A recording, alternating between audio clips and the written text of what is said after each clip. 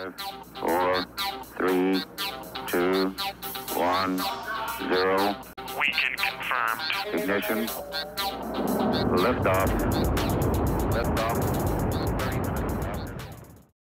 Hey everybody, Garnett Lee with this week's Weekend Confirmed Question of the Week. If you want to send your question in, hit us on Facebook, hit us on Twitter, hit us on Shag News, I don't care, it's at Del Rio Music and the Weekend Confirmed Twitter feed. Alright, this week's question comes from Tyler Culp, and he asks, tutorials and button prompts, do we really need them and don't they break the immersion? Okay, well, do we really need tutorials? Yeah, okay.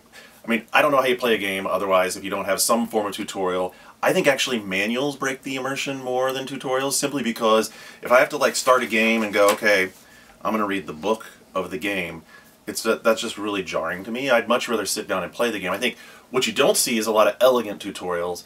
You know, Halo started this where it's more of a, you're playing the game, and as you're playing the game, it's just naturally showing you how to play the game.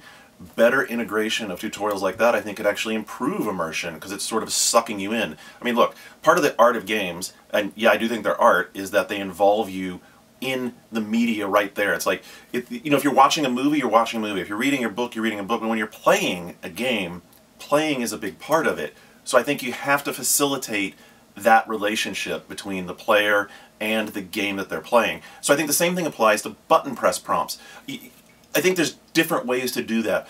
I mean, sure, if you go back to Shenmue and it's like this giant flashing button that hits you right in the center of the screen, absolutely going to break the environment, right? But what about a game, you know, like Heavy Rain, where you're using those controls all the time and you need to kind of keep up? Like, do you really want to be remembering, oh, is it right quarter circle and left, or is it X and left? You don't want to mess with all that because, again, I think to me that would more break the immersion than if I had to have the prompts up there. Having the prompts just means, I know what to do next.